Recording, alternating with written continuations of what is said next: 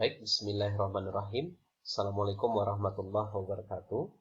Anda semuanya, pada video sebelumnya kita sudah berdiskusi dan menjelaskan tentang teori dari atau cara kerja, cara mempraktekkan persamaan dasar akuntansi. Hari ini kita akan mencoba menyelesaikan kasus yang ada di buku ESIS, ya, yang soalnya adalah salon persahabatan.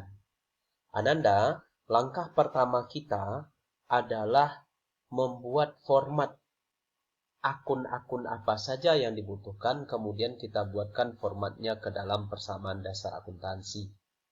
Pada soal salon persahabatan, ini alhamdulillah kita sudah dikasih akun-akun yang akan dipakai. Tapi pada soal lain bisa saja kita tidak diberitahu akun apa saja yang kita pakai. Nah, kalau tidak diberitahu akun apa saja yang kita pakai, maka langkah pertama kita adalah mencoba menganalisis akun-akun yang kita gunakan dengan membaca transaksi-transaksi di perusahaan itu, kemudian menuliskan akun-akun yang kita gunakan. Setelah kita tahu semua akun yang kita gunakan, baru kita buatkan format persamaan akuntansi, di mana harta atau aset sama dengan liabilitas atau kewajiban ditambah dengan ekuitas. Di soal kita ini, karena kita sudah diberikan formatnya, tinggal sekarang kita masukkan transaksi ke dalam format yang ada. Nah, soal kita adalah tentang Haji Supangat yang memulai salon persahabatan. Mulai usaha dengan mendirikan salon persahabatan pada tanggal 1 Desember 2013. Mari kita coba memasukkan transaksi setiap tanggal yang terjadi. Misal pada tanggal 1 Desember, Haji Supangat itu menyisihkan uang pribadinya ke kas perusahaan sebesar 60 juta. Nah, untuk transaksi ini, karena Haji Supangat memasukkan uang ke perusahaan, tentu saja kas perusahaannya bertambah. Kas perusahaannya bertambah sebesar 60 juta, lalu yang disetorkan itu sebagai penambah dari modal Haji Supangat. Maka jelas liabilitas atau modal pemilik dalam perusahaan itu bertambah sebesar angka yang sama, yaitu 60 juta. Di kolom keterangan tinggal kita tuliskan setoran modal. Jadi setoran kas Haji Supangat karena dia memulai usaha, bagi perusahaan menambah kas perusahaan di sisi aset, di sisi liabilitas dan ekuitas, itu menambah ekuitas Haji Supangat atau modal Haji Supangat.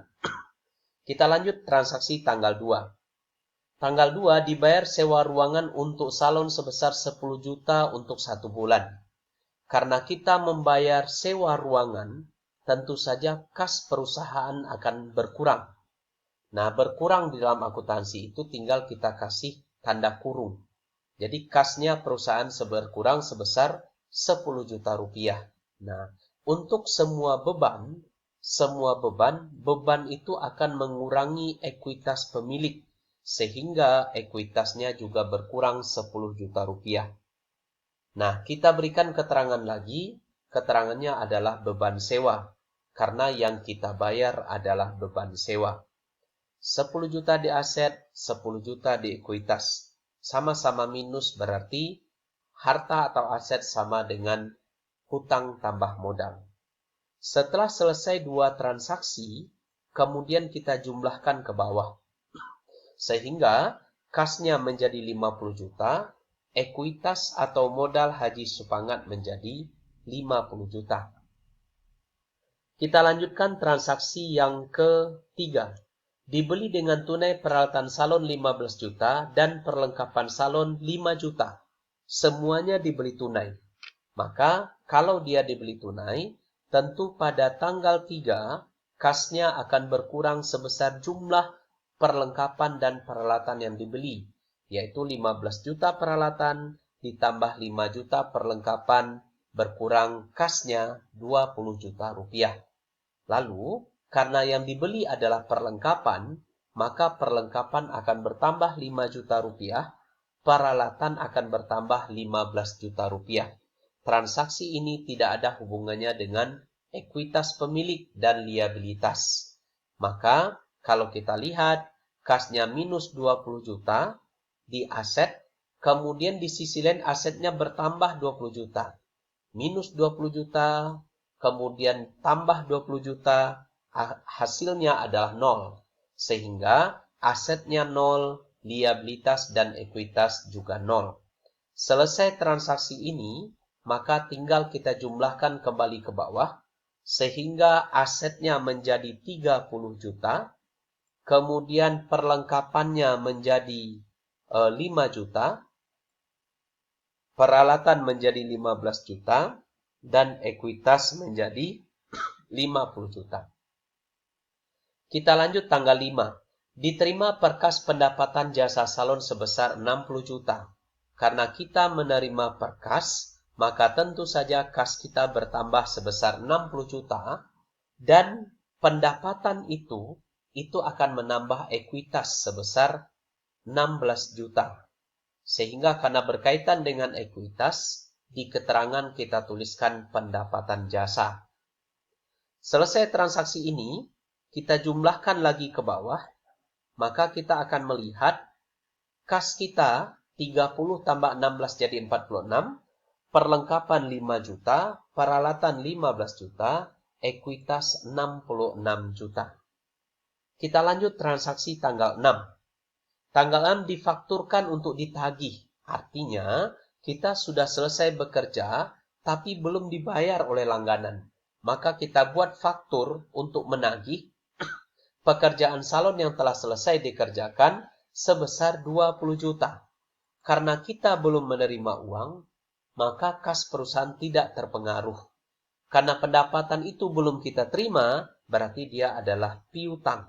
Piutangnya bertambah 20 juta, karena dia merupakan pendapatan, maka pendapatan itu akan menambah ekuitas sebesar 20 juta.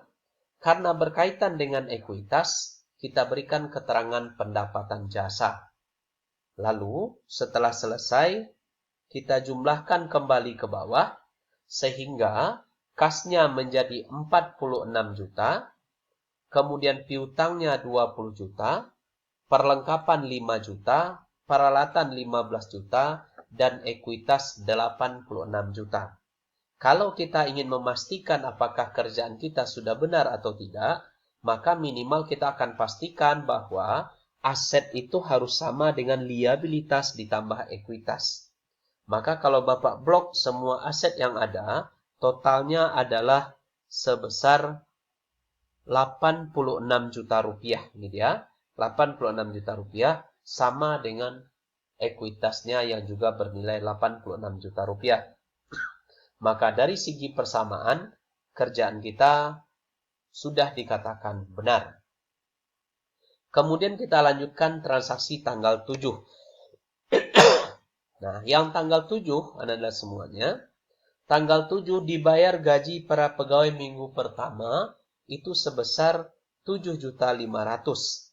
Karena kita membayar, maka kas kita akan berkurang sebesar 7.500.000.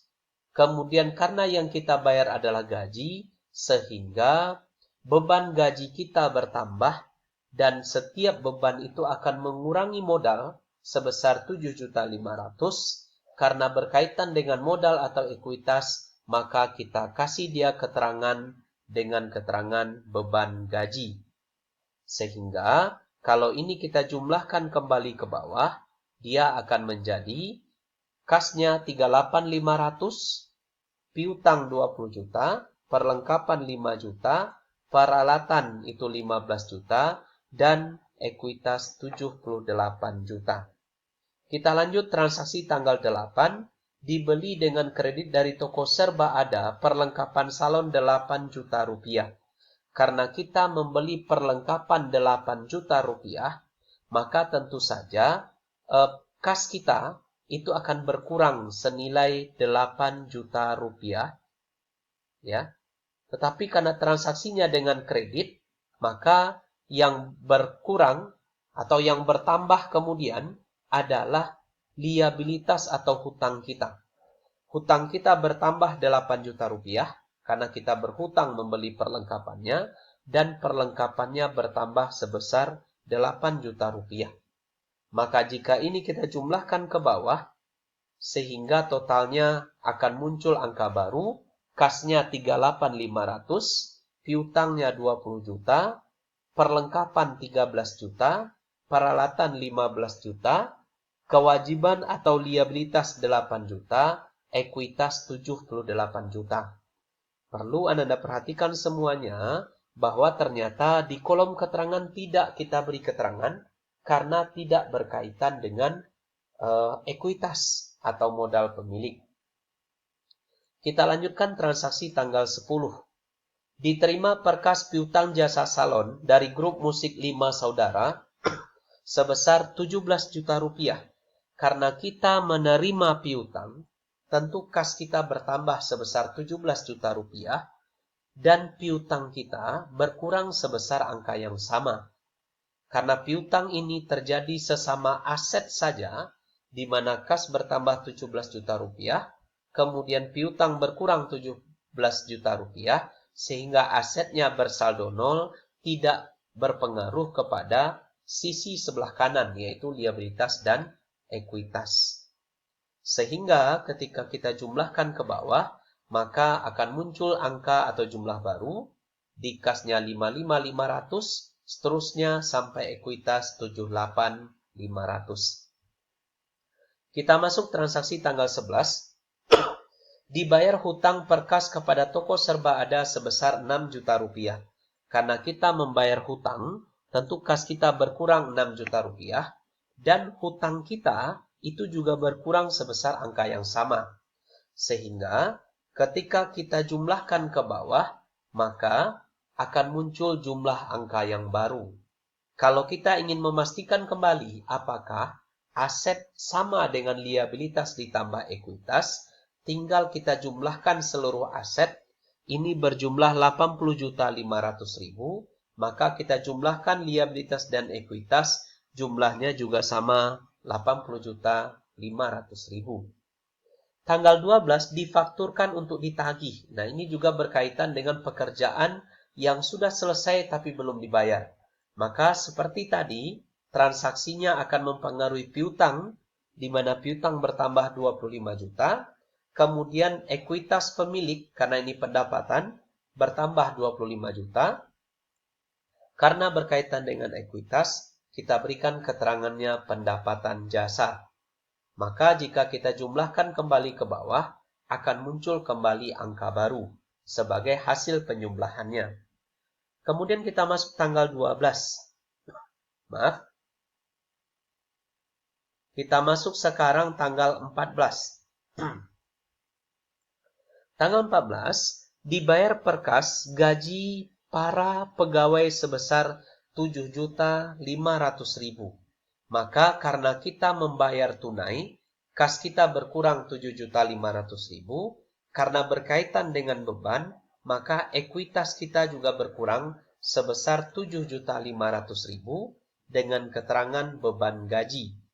Jika kita jumlahkan kembali ke bawah, maka akan muncul angka penjumlahan baru. Kita lanjut setelah 14 transaksi tanggal 15. Di tanggal 15 dibayar per kas beban listrik, telepon, dan air 4.500.000.